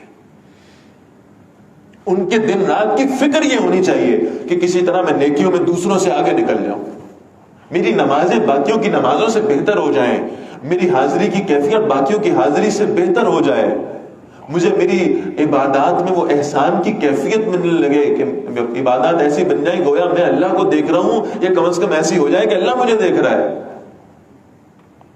میرا صدقہ دوسروں سے بہتر ہو، میرا جہاد دوسروں سے بہتر ہو، میرے عمر حج دوسروں سے بہتر ہو. کوئی نیکی کرنے کا راستہ ایسا نہ ہو جس کو وہ اگنور کرے. اگر یہ معلوم پڑ جائے کہ راستے سے پتھر اٹھانے سے بھی جنت میں درجہ بڑھ سکتا ہے تو وہ پتھر بھی چنتے ہیں. ہر وقت یہ فکر ہو کہ کوئی ایسا کام مجھ سے ہو جائے جس سے میں ان مقربین میں شامل ہو جاؤں. یہ شوق اللہ ہمیں عطا فرما دے. علی سرر موضونہ، وہ سونے کے تاروں سے بنے ہوئے تختوں پر بیٹھے ہوں گے، متکئین علیہا متقابلین، ان پر آمنے سامنے ٹیک لگا کر بیٹھنے والے ہوں گے. یطوف علیہم ولدان مخلدون، ان کے آس پاس پھریں گے وہ جو ہمیشہ چھوٹی عمر کے لڑکے ہوں گے. ان کی عمریں بڑھیں گی نہیں، اور وہ اس لیے ہوں گے تاکہ ان کو سرو کر سکیں، ان کی خدمت کر سکیں، اور ان کی عمریں ہمیشہ چھوٹی رہیں گی تاکہ وہ جنتی جو اپنی بیوی کے ساتھ یا اپنی حوروں کے ساتھ ہوگا وہ اپنی پرائیویسی میں کوئی خلل محسوس نہ کر سکے. بِأَكْوَابٍ وَأَبَارِيكَ وَكَأْسٍ مِّن مَّعِينٍ، وہ جو سرو کرنے والے ہوں گے وہ پیالیوں میں، کیتلیوں میں بہتی ہوئی شراب سے لبالب بھرے ہوئے جام لے کر ان کے پاس حاضر ہوتے ہوں گے. لا يصدعون عنها ولا ينزفون، نہ اس سے ان کا سر چکرائے گا نہ ہی وہ بہکیں گے. وفاکہۃ مما یتخیرون، اور اس میں سے میوے ہوں گے جو وہ پسند کریں گے. ولحم طیر مما یشتہون، اور پرندوں کا گوشت ہوگا ان میں سے جو وہ چاہیں گے. وحور عین، اور بڑی آنکھوں والی حوریں ہوں گی ان کے لیے. اتنی تفصیل اللہ بتا رہے گویا اللہ چاہتے ہیں کہ میرے بندوں میں اس کا شوق پیدا ہو. وہ بڑی آنکھوں والی حوریں ہوں گی، وہ پاکیزہ عورتیں جو اللہ نے تمہارے لیے پیدا فرمائی. اللہ کے رسول فرماتے ہیں صلی اللہ علیہ وسلم، مسند احمد کی روایت ہے، فرماتے ہیں وہ حور ایسی بنائی گئی ہے کہ وہ اگر ایک مرتبہ اپنے دامن کا اپنے پلو کا رخ دنیا کی طرف کر دے تو سورج اور چاند کی روشنی اس کے سامنے مان پڑ جائے. عبداللہ بن عباس رضی اللہ تعالیٰ فرماتے ہیں تذکرۃ الجنہ میں کہ اگر وہ حور اپنا تھوک زمین پر پھینک دے گی تو 7 سمندر اس سے میٹھے ہو جائیں. اللہ نے اتنی خوبصورت تخلیق فرمائی ہے. پھر اللہ کے نبی صلی اللہ علیہ وسلم نے فرمایا، مسند احمد کی روایت ہے، وہ حوریں ایسی ہوں گی جو کئی لباس پہنے ہوئے ہوں گی، مختلف لباس، جیسے وہ اپنے آقا کے لیے اپنے مالک کے لیے بھلی محسوس ہوتی ہوں گی ویسی نظر آئیں گی. اللہ ان کو جنت کے زیور سے آراستہ فرمائے گا، اللہ ان کو جنت کا لباس پہنائے گا، اور وہ ایسے ٹرانسپیرنٹ لباس ہوں گے کہ وہ کئی لباس ہوں گے اور انسان فیصلہ ہی نہیں کر پائے گا کہ کیا کلر ہے. وہ ایسے تیزی سے بدلتے ہوں گے، ان کے شیڈز چینج ہوتے ہوں گے، کبھی ان میں بوریت نہیں ہوگی. اور پھر اللہ کے رسول صلی اللہ علیہ وسلم نے خاص طور پہ 2 حوروں کا ذکر فرمایا اپنی حدیث میں. ایک کا نام ہے آئینہ اور دوسرے کا نام ہے لائبہ. جنت الفردوس کی حوریں. اللہ کے رسول صلی اللہ علیہ وسلم فرماتے ہیں اللہ نے یہ فردوس کے مکینوں کے لیے خاص کی ہیں. اور آئینہ کا معاملہ یہ ہے کہ جنت کی باقی حوریں جو انتہا درجے کی خوبصورت خود ہوں گی وہ بھی آئینہ سے محبت کرنے والی ہوں گی، آئینہ سے محبت کرے گی. وہ کس درجے کی حور ہوگی؟ آئینہ. اور اللہ کے رسول فرماتے ہیں صلی اللہ علیہ وسلم، اللہ ہمیں وہ شوق دے دے. آپ صلی اللہ علیہ وسلم فرماتے ہیں یہ آئینہ جب باہر آتی ہے نا تو یہ ایک جملہ بولتی ہے، کہتی ہے آئینہ آمرون بالمعروف والناہون عن المنکر. کہاں ہیں وہ لوگ جو دنیا میں نیکی کا حکم دیتے ہیں، برائیوں سے روکتے ہیں؟ میں ان لوگوں کے لیے بنائی گئی ہوں جو امر بالمعروف اور نہی عن المنکر کی ذمہ داری کو ادا کرتے ہیں، جنہیں اللہ نے دنیا میں یہ مشن سونپ دیا ہے کہ وہ نیکی کی ترغیب دیتے رہیں گے اور وہ لوگوں کو برائیوں سے منع کرتے رہیں گے. اللہ نے جنت الفردوس کی اس خوبصورت حور کو ان لوگوں کے لیے تخلیق کیا ہے. اللہ ہمیں ان میں شامل فرما دے.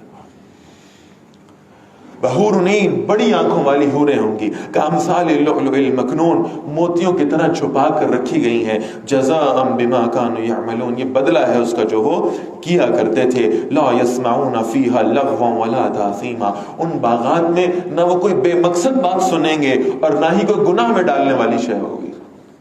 کسی دیندار شخص سے پوچھ کے دیکھیے، اس کے کانوں میں جب زبردستی موسیقی کی آواز پڑتی ہے وہ اوائڈ کرنا چاہتا ہے، وہ رکنا چاہتا ہے، وہ اپنے کانوں کو بند کرنا چاہتا ہے، لیکن مجبوراً اسے وہ سنائی جاتی ہے تو اس کے دل پہ کیا گزرتی ہے؟ مجبوراً جب اسے فحش کلمات سننے پڑتے ہیں، کہیں سے گزرتے ہوئے کسی سے گفتگو کرتے ہوئے اس کے کانوں میں ایسی آواز پڑ جاتی ہے، اس کی کیفیت یہ ہوتی ہے گویا سیسا پگھلا کر اس کے کانوں میں انڈیل دیا گیا ہو. اللہ فرما رہے ہیں حوصلہ رکھو، جنت میں کوئی بےہودہ بات نہیں ہوگی، کوئی فحش کلامی نہیں ہوگی، کوئی لڑائی جھگڑے والی بات نہیں ہوگی، کوئی گناہ میں ڈالنے والی ترغیب نہیں ہوگی. الا قیلا سلاما سلاما، لوگ گزر رہے ہوں گے، ایک دوسرے سے ملاقات کر رہے ہوں گے، صرف ایک بات ہوگی، ایک دوسرے کو سلام کریں گے. فرشتے بھی جب قریب سے گزریں گے تو سلام کریں گے، سلیوٹ پیش کریں گے اللہ کے ان بندوں کو. وَأَصْحَابُ الْيَمِينَ، یہ تو سابقون کی بات مکمل ہوگی. اب دوسرے گروہ کی بات آ رہی. وَأَصْحَابُ الْيَمِينَ، دائیں ہاتھ والے. مَا أَصْحَابُ الْيَمِينَ، کیا خوب ہے دائیں ہاتھ والے. اب خواہش اور کوشش تو یہ ہونی چاہیے اور دعائیں بھی یہ ہونی چاہیے کہ اللہ ہمیں مقربین میں شمار فرما لے. تاغ رات ہے، رمضان کی راتیں ہیں، قبولیت کی گھڑیاں ہیں، اللہ کے لیے تو کوئی مشکل ہی نہیں ہے. اللہ اپنی رحمت سے، ہمارے اعمال نہیں ہوں گے ایسے، لیکن اللہ اپنی رحمت سے ہمیں مقربین میں شامل فرما لے. تو مانگتے وقت تو اللہ سے کھلے دل سے مانگنا چاہیے، اور اگر کم از کم کی بات آئے تو پھر اللہ ہمیں اصحاب الیمین میں شامل فرما لے. بلکہ وہ جو ایک صحابی فرمایا کرتے تھے نا کہ مجھے اتنا یقین ہو جائے نا کہ جنت کے مین گیٹ کے پاس ایک کونے پر بیٹھنے کی بھی نہیں، صرف کھڑا ہونے کی جگہ بھی اللہ نے مجھے دے دی ہے تو میں سمجھوں گا اللہ نے مجھے عافیت میں کر دیا. اپنے اعمال کی طرف انسان دیکھے تو پھر تو یہ خیال آ جائے کہ بس جنت میں کہیں چند انچ بھی مل جائیں تو کیا بات ہے. لیکن جب اللہ کی رحمت کی طرف دیکھنا چاہیے تو پھر اللہ کی رحمت اتنی وسیع ہے کہ اس سے پھر سوال چھوٹا نہیں ہونا چاہیے کہ اللہ جب میں آپ کی رحمت کی طرف دیکھتا ہوں تو پھر میری دعا یہی ہوتی ہے کہ آپ مجھے ان مقربین میں شامل فرمائیں، آپ مجھے فردوس عطا فرمائیں۔ فرمایا واصحاب الیمین ما اصحاب الیمین، وہ دائیں ہاتھ والے کیا خوب ہیں، وہ دائیں ہاتھ والے فی صدر مخضود، وہ ایسی بیریوں میں ہوں گے جن کے کانٹے صاف کر دیے گئے ہیں، وطلح ممدود، اور ایسے کیلوں میں ہوں گے جو تہ بتہ لگے ہوئے ہیں، وظل ممدود، اور ایسے سائے میں جو خوب پھیلا ہوا ہے، وماء مسکوب، اور ایسے پانی میں جو بہتا جا رہا ہے، وفاکہۃ کثیرہ، بہت سے میووں میں ہوں گے، لا مقطوعۃ ولا ممنوعہ، وہ کبھی ختم نہیں ہوں گے اور نہ کبھی ان کی فراہمی روکی جائے گی، وفرش مرفوعہ، اونچے بچھونا میں ہوں گے، انا انشأناہن انشاء، بے شک ہم نے ان کی بیویوں کو ایک خاص اٹھان پر اٹھایا ہے۔ وہ جو دنیا والی بیوی ہے اللہ تعالیٰ وہ ری فربش کرنے کے بعد عطا فرمائیں گے۔ یہ زوجین کو ان کے کوئی ری فربش کرنے کا کوئی پروسیس ہوگا اللہ کے پاس، وہ کیا ہوگا ہم جانتے نہیں ہیں۔ ہمارے اندر ہمارے زوجین میں کمیاں پائی جاتی ہیں، کوتاہیاں پائی جاتی ہیں، انسان ہے، بشر ہے، شوہروں میں بھی اور بیویوں میں بھی۔ اللہ تعالیٰ ان کمزوریوں کو دور کریں گے۔ اللہ وہ خامیاں جو ہمارے اندر پائی جاتی ہیں جنت میں اسے اللہ نکال دیں گے۔ فجعلناہن ابکارا، پھر ہم نے انہیں کنواریاں بنایا ہے، عرباً اترابا، اپنے شوہر کو مائل کرنے والی اور ان کی ہم عمر بھی ہیں، لاصحاب الیمین، یہ سب دائیں ہاتھ والوں کے لیے ہیں، ثلۃ من الاولین، یہ پہلوں میں سے بھی بہت سارے ہوں گے، وثلۃ من الاخرین، اور آخری لوگوں میں سے بھی بہت سارے ہوں گے انشاءاللہ۔ واصحاب الشمال، بائیں ہاتھ والے، ما اصحاب الشمال، کتنے برے ہیں بائیں ہاتھ والے، فی سموم و حمیم، وہ تیز بھاپ میں اور کھولتے ہوئے پانی میں ہوں گے، وظل من یحموم، اور سیاہ دھوئیں کے سائے میں ہوں گے، لا بارد ولا کریم، جو نہ ٹھنڈا ہے اور نہ سکون دینے والا ہے، انہم کانوا قبل ذلک مترفین، پہلے وہ بڑے خوشحال تھے، دنیا میں بڑی موجیں لوٹا کرتے تھے، آسائشوں میں زندگی گزارا کرتے تھے، ذرا سی گرمی کا موسم آتا تھا تو ان سے برداشت نہیں ہوتی تھی، ذرا سی دھوپ اپنے جسم پہ برداشت نہیں کرتے تھے، آسائشوں کے عادی تھے، جہنم میں کیا کریں گے؟ وَكَانُوا يُصِرُّونَ عَلَى الْحِنثِ الْعَظِيمِ، وہ بہت بڑے گناہ پر اڑے رہتے تھے، وَكَانُوا يَقُولُونَ، اور کہا کرتے تھے، أَإِذَا مِتْنَا، جب ہم مر جائیں گے، وَكُنَّا تُرَابًا وَعِظَامًا، اور مٹی اور ہڈیاں بن جائیں گے، أَإِنَّا لَمَبْعُوثُونَ، کیا ہم دوبارہ اٹھائے جانے والے ہیں؟ او آباؤنا الاولون، ہمارے باپ دادے بھی دوبارہ زندہ کیے جائیں گے۔ کل، اے نبی صلی اللہ علیہ وسلم فرمائیے، ان الاولین والآخرین، بے شک جو پہلے ہیں اور جو آخری ہیں، لمجموعون، یقیناً جمع کیے جانے والے ہیں، آدم علیہ السلام سے لے کر اس کائنات میں قیامت سے پہلے پیدا ہونے والا ہر شخص اس دن میدان حشر میں اللہ کے حضور حاضر ہوگا، الی میقات یوم معلوم، ایک مقررہ وقت پر اور ایک طے شدہ دن میں، ثم انکم ایھا الضالون المکذبون، اے گمراہو، اے جھٹلانے والو، تم بھی جمع کیے جاؤ گے، لآکلون من شجر من زقوم، تم اس زقوم کے درخت میں سے کھانے والے بنو گے، وہ زقوم کا درخت جو جہنم کی گہرائیوں میں سے ہوتا ہے، وہ جہنم کا درخت زقوم جس کو جہنم کی آگ بھی نقصان نہیں پہنچا سکتی، کتنا شدید ہوگا اس کا کھانا، فمالئون منها البطون، اور اس سے تم پیٹ بھرنے والے ہو گئے، فشاربون علیہ من الحمیم، پھر اس پر کھولتا ہوا پانی پینے والے ہو گئے، فشاربون شرب الہیم، اور پھر ایسے پیو گے، یہ نہیں ہے کہ ایک گھونٹ پیے، گرم پانی زیادہ جلتا ہوا کھولتا ہوا پانی اگر زبان پہ لگتا ہے تو انسان فوراً اس کو پیچھے ہٹا دیتا ہے، نہیں، تمہیں ایسے پلایا جائے گا جیسے پیاسے اونٹ پیتے ہیں، تم نہیں کھانا چاہو گے زقوم پھر بھی کھلایا جائے گا، تم نہیں پینا چاہو گے شرب الہیم پھر بھی تمہیں ایسے پلایا جائے گا جیسے پیاسے اونٹوں کو پلایا جاتا ہے، ھذا نزلکم یوم الدین، یہ ہے تمہاری مہمان نوازی اس قیامت کے لیے۔ اللہم اجرنا من النار، اللہ ہمیں اس آگ سے محفوظ فرما دے۔ نحن خلقناکم، ہم نے ہی تمہیں پیدا کیا ہے، فلولا تصدقون، پھر تم دوبارہ زندہ ہونے کی تصدیق کیوں نہیں کرتے؟ افرأیتم ما تمنون، کیا تم نے دیکھا وہ جو تم ٹپکاتے ہو؟ انتم تخلقونہ، کیا تم اسے پیدا کرتے ہو؟ ام نحن الخالقون، یا ہم اسے پیدا کرنے والے ہیں؟ نحن قدرنا بینکم الموت، ہم نے تمہارے درمیان موت کو طے کر دیا ہے، وما نحن بمسبوقین، اور ہم عاجز نہیں ہیں، ہم تمہیں دوبارہ بھی پیدا کرنے کی طاقت رکھتے ہیں، علی ان نبدل امثالکم، اس پر کہ ہم تمہارے جیسے بدل کر لے آئیں، وننشئکم فیما لا تعلمون، اور ہم تمہیں ایک ایسی صورت میں اٹھائیں جو تم جانتے نہیں ہو، ولقد علمتم النشأۃ الاولی، اور یقیناً تم پہلی پیدائش کو جانتے ہو، فلولا تذکرون، تم نصیحت کیوں نہیں حاصل کرتے؟ ایک انسانی آنکھ سے نظر نہ آنے والا کروموسوم اگر ہم اس سے پورے انسان کی تخلیق کر سکتے ہیں تو تمہیں دوبارہ پیدا کرنے کی طاقت ہم کیوں نہیں رکھ سکتے؟ افرأیتم ما تحرثون، کیا تم نے دیکھا ہے جو کچھ تم بوتے ہو زمین میں؟ اانتم تزرعونہ، تم اسے اگاتے ہو؟ ام نحن الزارعون، یہ ہم اسے اگانے والے ہیں، لو نشاء لجعلناہ حطاما، اگر ہم چاہیں تو اسے چورا چورا کر کے رکھ دیں، فظلتم تفکہون، پھر تم حسرت سے صرف باتیں کرتے رہ جاؤ گے، انا لمغرمون، بے شک ہم پر واقعی تاوان پڑ گیا، بل نحن محرومون، بلکہ ہم تو بد نصیب ہو گئے۔ یہ اس فصل کی حفاظت کون کرتا ہے؟ اسے کون مٹی کے اندھیروں میں پالتا ہے؟ اس سے تمہارے لیے پھل پھول کون اگاتا ہے؟ تمہارے اندر کی طاقت نہیں ہے۔ افرأیتم الماء الذی تشربون، پھر تم نے دیکھا وہ پانی جو تم پیتے ہو، انتم انزلتموہ من المزن، کیا تم نے اسے بادل سے نازل کیا ہے؟ ام نحن المنزلون، یا ہم اسے نازل کرنے والے ہیں، لو نشاء جعلناہ اجاجا، اگر ہم چاہیں تو اسے بڑا نمکین بنا دیں، فلولا تشکرون، تم کیوں اللہ کا شکر ادا نہیں کرتے؟ وہ تمہارے سمندروں سے اس رین سائیکل کے ذریعے وہ نمکین پانی، کڑوا پانی اٹھاتا ہے، اس کی کڑواہٹ کو دور کر کے اور پھر اس میں مٹھاس پیدا کر کے تمہیں واپس دیتا ہے۔ افرأیتم النار التی تورون، کیا تم نے آگ دیکھی ہے جو تم سلگاتے ہو؟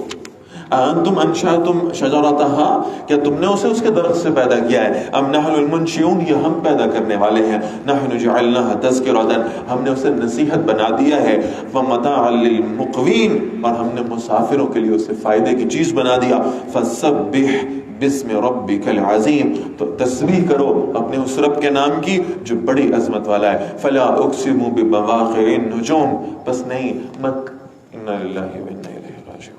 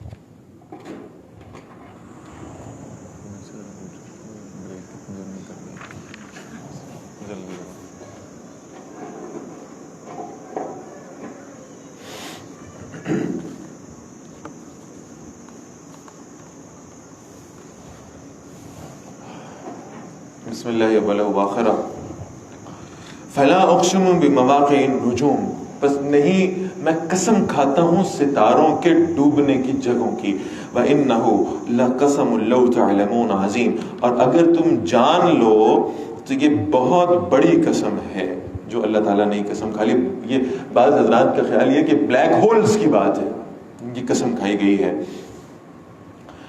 انہو لقرآن کریم، بے شک یہ بڑی عزت والا قرآن ہے، فی کتاب مکنون، ایک پوشیدہ کتاب میں ہے، لا یمسہ الا المطہرون، اسے نہیں چھوتے مگر وہی لوگ جو پاکیزہ ہیں، تنزیل من رب العالمین، یہ تمام جہانوں کے رب کی جانب سے نازل کیا گیا ہے، افبہذا الحدیث انتم مدہنون، کیا تم اس کلام سے بے توجہی کرنے والے؟ یہ جو تم نے ابھی 3 گروہوں کا ذکر پڑھا ہے، ایک وہ ہیں جو مقربین ہیں اور دوسرے وہ ہیں جو اصحاب الیمین ہیں، ان دونوں گروہوں میں شامل ہونا چاہو گے تو راستہ صرف ایک ہے کہ قرآن کا قرب حاصل کر لو، اور اگر خدا نہ خواستہ جو اصحاب الشمال میں شامل ہونے کی نوبت آ گئی تو وہ انہی لوگوں کے لیے ہوگی جو اپنی زندگیاں اس قرآن کے مطابق ری شیپ کرنے والے نہیں ہیں، جنہوں نے اس سے ہدایت نہیں لی، جن کی زندگیوں میں اس قرآن کا کوئی عمل دخل نہیں رہا۔ وَتَجْعَلُونَ رِزْقَكُمْ أَنَّكُمْ تُكَذِّبُونَ، اور تم اپنا حصہ یہ بناتے ہو کہ تم اسے جھٹلانے والے ہو۔ فَلَوْلَا إِذَا بَلَغَتِ الْحُلْقُومَ، پھر کیوں نہیں جب وہ جان حلق تک پہنچ جاتی، اس موت کے منظر کو واضح کیا گیا ہے۔ اذا بلغت الحلقوم، حلق تک، وہ روح جسم سے جدا ہونی ہے، کوئی 50 سال، کوئی 60 سال، کوئی 70-80 سال، یہ روح اور جسم ایک دوسرے کے ساتھ جڑے رہے ہیں، اب ان دونوں کو الگ الگ کرنا ہے، اور ظاہر ہے یہ کوئی آسان معاملہ نہیں اس انسان کے لیے جس کی روح اور جسم جدا ہو رہے ہیں۔ اسے پہلے پیروں کی انگلیوں میں سے کھینچا جاتا ہے، پھر پنڈلیوں میں سے، پھر رانوں میں سے، پھر سینے میں سے، اور پھر یہ آخری مرحلہ ہے فلولا اذا بلغت الحلقوم، پھر یہ حلق تک پہنچ جاتی۔ انسان کا وہ نیچے کا دھڑ بے جان ہو چکا، وہ کسی کو مدد کے لیے پکار نہیں سکتا، اس کی زبان بند کی جا چکی، فرشتے اس کے سامنے آ گئے، اب توبہ کرنے کا موقع بھی نہیں ہے، اب وصیت کرنے کا موقع بھی نہیں ہے، اب صدقہ کرنے کا موقع بھی نہیں ہے، وقت ختم ہو گیا، مہلت ختم ہو گئی۔ وَأَنْتُمْ حِينَئِذٍ تَنْظُرُونَ، اور تم اس وقت اسے دیکھ رہے ہوتے، ڈاکٹرز بلا لیے گئے، حکیم موجود ہیں، اور ٹوٹکے کرنے والے، دم درود کرنے والے سب بیٹھے، اب کسی کے ہاتھ میں کچھ نہیں ہے، اب اس روح کے جسم سے جدا ہونے کا وقت آن پہنچا ہے۔ وَنَحْنُ أَقْرَبُ إِلَيْهِ مِنْكُمْ، ہم تم سے زیادہ اس وقت اس کے قریب ہوتے ہیں، وَلَكِنْ لَا تُبْصِرُونَ، لیکن تم دیکھتے نہیں ہو۔ قرب تو اللہ کا حاصل ہے ہر شخص کو۔ نَحْنُ أَقْرَبُ إِلَيْهِ مِنْ حَبْلِ الْوَرِيدِ، ہم سورہ کاف میں پڑھا ہے، نَحْنُ أَقْرَبُ إِلَيْهِ مِنْ حَبْلِ الْوَرِيدِ، ہم تمہاری رگ جان سے بھی زیادہ تمہارے قریب ہے۔ فرق صرف یہ ہے کہ انسان دنیا میں اس قرب کو محسوس نہیں کرتا، اور جب نزع کی کیفیت طاری ہوتی ہے تو وہ اللہ کو اپنے قریب محسوس کرنے لگتا ہے، لیکن اس وقت پھر معافی کی کوئی وجہ باقی نہیں رہ جاتی۔ فلولا ان کنتم غیر مدینین، پھر ایسا کیوں نہیں ہوتا اگر تم کسی کے اختیار میں ہو، ترجعونہا، تم اسے لوٹا لاتے، ان کنتم صادقین، اگر تم سچے ہو۔ یہ اصل میں اس مشرک کو زج کرنے والی بات ہے، اس وقت اسے کہا جا رہا ہے تم جنہیں مشکل کشا سمجھا کرتے تھے بلاؤ انہیں، اس سے بڑی مشکل اس دنیا میں تم پر نہیں آنے والی۔ تمہارا جسم بے جان ہو چکا، تمہاری جان حلق میں اٹک چکی، تم تکلیف میں ہو، تم کسی کو اپنا حال دل بتا نہیں سکتے، تم اپنا مسئلہ کسی کے ساتھ شیئر نہیں کر سکتے، ذرا بلاؤ نا انہیں جن کو تم سمجھا کرتے تھے کہ وہ دنیا میں تمہاری مشکلیں حل کرتے ہیں اللہ کو چھوڑ کے، بلاؤ انہیں کہو آج وہ سب مل کر تمہاری اس روح کو تمہارے جسم کے اندر واپس انجیکٹ کر کے دکھائے، پکارو۔ یہ ہے مشرک کا انجام۔ اللہ کے رسول صلی اللہ علیہ وسلم نے اس کا نقشہ کھینچا ہے۔ آپ صلی اللہ علیہ وسلم فرماتے ہیں کہ جب کسی ایسے شخص کو موت آتی ہے جو ایمان لانے والا ہے، جو فرما برداری کی زندگی اختیار کرنے والا ہے، جو عبادت اللہ کی کرنے والا ہے، جو فسق و فجور سے دور ہے، جب ایسا شخص کی موت آتی ہے تو اسے صرف ایسے محسوس ہوتا ہے جیسے تم اپنے ہاتھ کی پشت پر ایک گلاب کی پتی کو پھیرتے ہو، بس اتنا احساس. وہ موت کی سختیاں تو ہیں برحق, لیکن اللہ تعالیٰ اسے اس نزع کی کیفیت میں وہ فرشتوں کا وہ پروٹوکول عطا فرما دیتا ہے, وہ تسلی اور اطمینان دے دیتا ہے کہ وہ درد کو محسوس کرنے والی سینسز ہی شاید اس کی ختم ہو جاتی, اس کی توجہات کا مرکز وہ جنت بن جاتی ہے, وہ استقبال بن جاتا ہے جو فرشتے اس کے کر رہے ہیں. لہٰذا وہ سکرات الموت کی کیفیت کم ہو جاتی ہے. اور دوسری طرف جو نقشہ کھینچا ہے نا اللہ کے رسول نے صلی اللہ علیہ وسلم, رونگٹے کھڑے کرنے والا. آپ صلی اللہ علیہ وسلم فرماتے ہیں, لوگوں جب اللہ کے کسی نافرمان کی موت آتی ہے تو وہ ایسے ہے جیسے تم کانٹوں سے بھری ہوئی جھاڑیوں پر کسی ململ کے کپڑے کو پھینکو اور پھر اسے اپنی طرف گھسیٹو تو جیسے اس کے ریشے الگ الگ ہو جاتے ہیں نا, ویسے اس فاسق و فاجر کی روح کو اس کے جسم سے جدا کیا جاتا ہے. اللہ اس موت سے محفوظ رکھے, اللہ ایمان والی زندگی دے, ایمان والی موت نصیب فرما دے. فرمایا فَأَمَّا إِنْ كَانَ مِنَ الْمُقَرَّبِينَ, پھر اگر وہ ان میں سے ہے جو قریب کر دیے گئے, جو مقربین ہیں, ان کی موت آ رہی, اللہ کے مقرب بندے, فَرُوحٌ وَرَيْحَانٌ, تو اس کے لیے راحت ہے اور خوشبو ہے, وَجَنَّةُ نَعِيمٌ, اور نعمتوں والی جنت ہے. اللہ ہمیں ان لوگوں میں شامل فرما دے. وَأَمَّا إِنْ كَانَ مِنْ أَصْحَابِ الْيَمِينَ, پھر اگر وہ دائیں ہاتھ والوں میں سے ہے, فَسَلَامٌ لَكَ مِنْ أَصْحَابِ الْيَمِينَ, تو سلامتی کہا جائے گا, سلیوٹ ہے ان لوگوں کو, اس لیے کہ تم دائیں ہاتھ والوں میں سے ہو. وَأَمَّا إِنْ كَانَ مِنَ الْمُكَذِّبِينَ الضَّالِّينَ, تو اگر وہ مرنے والا جھٹلانے والے میں سے, گمراہوں میں سے ہوا, فَنُزُلٌ مِّنْ حَمِيمٍ, اس کی مہمان نوازی ہوگی کھولتے ہوئے پانی کے ساتھ, وَتَصْلِيَةُ جَحِيمٍ, اور جہنم میں اس کو داخل کیا جائے گا. إِنَّ هَذَا لَهُوَ حَقُّ الْيَقِينِ, بے شک یہی یقینی حق کی بات ہے. فَسَبِّحْ بِاسْمِ رَبِّكَ الْعَظِيمِ, تو اپنے رب کے نام کی تسبیح کرو جو بڑی عظمت والا ہے. سورۃ الواقعہ کی یہ تکمیل ہے. 2 سورتیں بہت اہم, سورہ رحمان اور سورہ واقعہ, الحمدللہ پہلے سیشن میں ہم نے پڑھ لی ہیں, اور انشاءاللہ تعالی ابھی وقفہ کریں گے 15 منٹ کا, اور وقفے کے فوراً بعد بہت اہم سورہ مبارکہ سورۃ الحدید آ رہی ہے انشاءاللہ. وقفے کے فوراً بعد انشاءاللہ سورۃ الحدید کا تفصیل سے مطالعہ کریں گے, اور اس کے بعد پھر سورۃ المجادلہ اور سورۃ الحشر بھی انشاءاللہ آج ہی زیر مطالعہ آئیں گی. اللہ ہمیں اس کی توفیق عطا فرما دے. کچھ اعلانات ہیں. تذکیر بالقرآن کورس کے حل شدہ جو سوال نامے ہیں, یہ 27ویں رات تک آپ نے واپس جمع کروانے. آج 25ویں رات ہے. جن حضرات نے وہ سوال نامے حاصل کر لیے ہیں وہ پرسوں تک انہیں, یعنی پرسوں کے سیشن تک انشاءاللہ انہیں لازماً جمع کروا دیں. دوسری بات یہ عرض کرنی ہے, انتظامیہ کی طرف سے اعلان ہے کہ ابھی 2-4 منٹ ہیں, چاہے میں ابھی اپنی اپنی جگہوں پر آپ تشریف رکھیں, انشاءاللہ تعالیٰ وہ آپ کو اعلان ہو جائے گا. ایک بات عرض کرنا چاہ رہا ہوں, 23ویں رات پر بھی میں نے کچھ توجہ دلائی تھی. یہ جو ہم نے آج سورہ رحمان پڑھی ہے اور بالکل آغاز کی آیات پڑھی ہے, کہ اللہ کے نزدیک سب سے پسندیدہ لوگ وہ ہیں جو قرآن پڑھنے پڑھانے والے ہیں, سیکھنے سکھانے والے ہیں, سمجھنے سمجھانے والے ہیں. اللہ کی رحمتیں ان لوگوں کے لیے, اللہ کی محبت واجب ہے ان لوگوں کے لیے جو اپنی زندگیوں میں سے کچھ نہ کچھ وقت نکالتے ہیں تاکہ اللہ کے قرآن کو سیکھ سکیں. بہرحال ایک آئیڈیل صورتحال وہ ہے جس نوجوان کو اللہ یہ شوق عطا فرما دے کہ میں نے اب مصعب بن عمیر کی طرح بننا ہے. اصل تو کیفیت وہی ہے, لیکن کم از کم اتنا ہو کہ ہم اپنی زندگیوں میں سے کچھ تھوڑا سا وقت اللہ کے قرآن کے لیے نکالیں.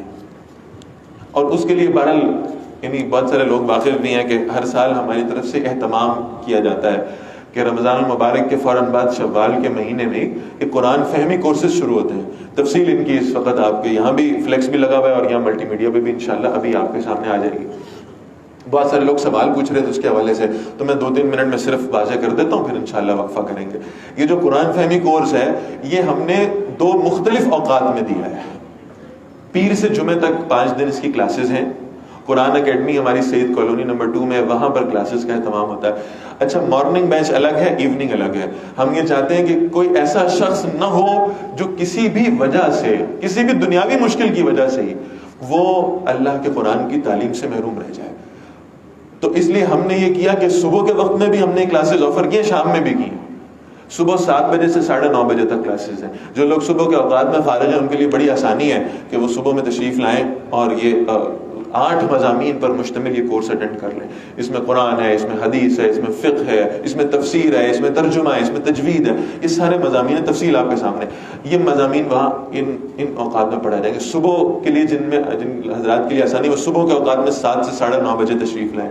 اور جن کو اللہ تعالیٰ یہ توفیق دے کہ وہ رات میں آ سکیں تو پھر رات کو بھی 7 بجے سے 9:30 بجے تک کلاسز ہیں. تو دونوں میں سے کوئی ایک بیچ آپ سلیکٹ کر سکتے ہیں. خواتین کے لیے بھی اہتمام ہے، مردوں کے لیے بھی اہتمام ہے. بڑی بہترین کلاسز ہیں، فیسلٹیز بھی ہیں. کورس کی یعنی یہ جو تعداد ہے ہمارے ہاں الحمدللہ یہ ہر سال بڑی بھرپور ہوتی ہے. اور پھر ہمارے طلباء ایسے ہوتے ہیں جو پھر وفاق کے امتحانات بھی دیتے ہیں، باقاعدہ اس کی سرٹیفکیشنز ہیں اور سارے معاملات. یہ کس لیے کرنا ہے؟ صرف اللہ کے لیے. اس لیے کہ قیامت والے دن ہم اس معاملے میں سرخرو ہو جائیں کہ کچھ نہ کچھ وقت ہم نے اپنی زندگیوں کا اللہ کے قرآن کے لیے، نبی علیہ السلام کے فرمان کے لیے نکالا ہے. تو اس کا ضرور اہتمام فرما لیں. کوشش کریں کہ بس یہ 2.5 گھنٹے اپنی زندگی میں سے روزانہ کی بنیاد پہ ہفتے کے ان 5 دنوں میں ہم اللہ کے لیے نکال لیں. 24 گھنٹوں میں سے 2.5 گھنٹے تو اللہ کو دے ہی سکتے ہیں. اللہ کرے کہ اسی کی ہمیں ترغیب ہو اور اسی سے اللہ ہماری بخشش قیامت والے دن فرما دے. تو اس کے لیے خاص طور پر کوشش کریں. مزید جو سوالات ہو ہماری انتظامیہ کے حضرات کے یہاں موجود ہیں ان سے پوچھا جا سکتا ہے. آپ کے پاس کانٹیکٹ نمبر بھی موجود ہے. وہ لوگ جن کو اللہ توفیق دے، ترغیب ہو جائے، ان کو شوق ہو جائے تو یہاں آپ کے پاس وہ لنک بھی موجود ہے. اس لنک کو اوپن کریں، اس کے اندر ایک فارم موجود ہے، اس فارم کو فل کریں تو آپ کی رجسٹریشن ہو جائے گی. 30 مئی سے انشاءاللہ کلاسز کا آغاز ہوگا. بس آپ رجسٹریشن کروائیں، اللہ سے اپنی استقامت کی دعا کریں. 30 تاریخ کو ان کلاسز میں تشریف لے آئیں. اللہ ہم سب کو اس کی توفیق